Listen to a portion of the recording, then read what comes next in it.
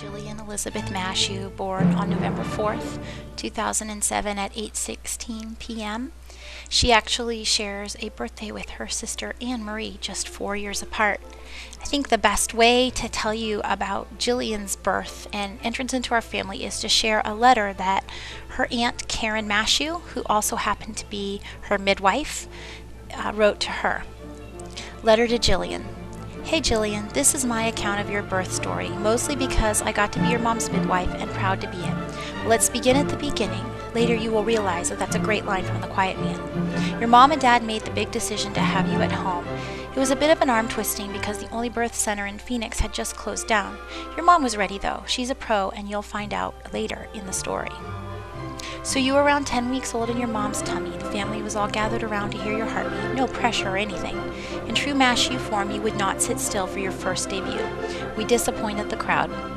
I think you were 12 or 13 weeks when we tried again, and there you were, galloping like a little pony. Your heartbeat was close to 160, and something told me you were a girl. I have to be honest, your sister Annie had the inside scoop on you. She'd already been proclaiming that you were a girl and that you were going to be staying in her room, but that you wouldn't like pink. We just went with her on that one. We were right, and the ultrasound confirmed it. Another Mashew girl. We were excited, thrilled, and very happy. We love girls because boys don't like to get their toenails painted. So I watched you grow, measured your mom's belly, and chased you around with my Doppler. Your brothers and sisters attended every prenatal. They carefully helped put the gel on your mom's belly and fought over who would wipe it off. We all loved seeing you get bigger. My favorite is when you were about 28 weeks. That's when you would finally let me feel your head. Before that, you would just curl up like a little snail, just like your sister.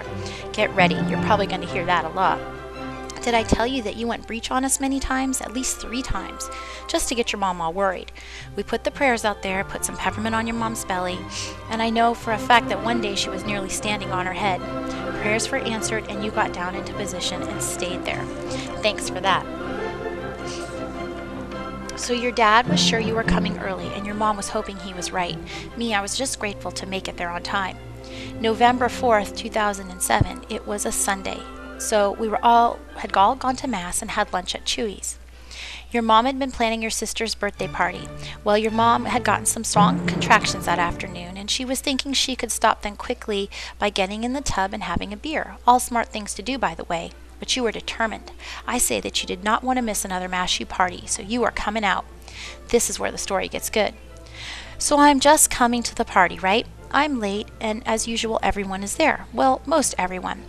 There are some Mashews that come even later than me, but that's a whole other story. So I get there, and your mom's cousin Pamela and her husband Randy greet me by saying, "We're so glad you're here because we don't know anything about birthing babies." Lucky for you, Jillian. So the word got out that your mom was contracting. She was trying to keep it on the down low, and she was doing a pretty good job. I got there about 6:15, sat in the living room, and watched your mom contract. Jillian, let me tell you a funny story about your Uncle Ed. He notices that your mom is having contractions, and it's making him nervous. He turns to me and says, "I'll bet she doesn't want to go to the hospital tonight." I turn to him with an utterly perplexed look, and then look at your Aunt Mara, and she says, "He's so out of the loop." Then he sits down and asks me, "Are you taking the kids?" meaning your brothers and sister. I said, "Ed, how do you not know that Amy is having a home birth?" Then I took him into your mom's bedroom and showed him all of my equipment. I said, "Ed, come with me. Seeing is believing."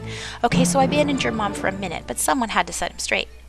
So I go out to the living room, noticing some more signs on your mom's face that mean you're ready to come. People are not even done eating yet. I just asked her, "Amy, do you want me to have them cut the cake?" It was an emphatic yes. So we spring into action. Your dad lit the candle, and all that were present sang happy birthday, cut the cake, ripped open the gifts, and began ushering people out the door. My favorite line was from your mom's cousin Randy.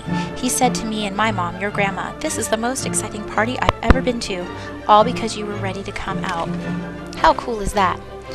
So most people leave. Your Aunt Wendy stays to help clean up. I call my student and tell her to get here. When I checked your mom, she was dilated to 7. Let me just say, that was nearly done for your mom. So I boiled water. I just like saying that, but I really did because we had some herbs to get ready. I listened to your heartbeat and you sounded great, and then your mom got in the tub. When she got in, she said, "Thank God for this tub." The lights were off, your mom was focused, your dad was by her side, and prayers were being said. I got a few things out that we needed, my student arrived, and then we sat quietly and listened. Birth makes beautiful sounds. To a midwife, they're like musical notes. When an opera is getting ready for a big event, the music comes louder and faster, and that's what we were waiting for. And then it happened. The music got louder, and I knew we were about to meet you. I told your dad to flip the lights on. I couldn't see you yet, but I knew. Then all of a sudden, with one big surge, your mom pushed and I could see your head. Next surge, you came flying out. Okay, that is a little over-exaggerated, but not far off. You see, your dad was supposed to catch you, and I was just going to make sure there was no cord around your neck. Well, you came out sunny side up, so it was all in one motion. There you were on your mom's belly, crying away. Honestly, I don't even remember what anyone said. We were all just so happy. What a great day. You were pink and healthy and wanted to be fed right away. It was great, and I loved every minute of it. Your mom was so relieved to have you on the outside. We were all just thankful to God that all things had went well, and it was a beautiful birth. Okay, I know this is not technically part of the birth story, but the next day we celebrated your cousin Monica's birthday a day late. Yes, you stole the thunder from her too. Just kidding. But how special that all three Mashu girls were born on the same day. Anyways, I wanted to let you know that everyone waited to hold you. It was beautiful to watch. You were born into a very loving family. They will always be there for you. With a very special love, your Aunt Karen. We're so thankful to Karen. She's a wonderful midwife, and as all of her clients at St. Raymond's Home Birthing know, she brings a special care and professionalism that only a nurse of 25 years can. Thank you, Karen.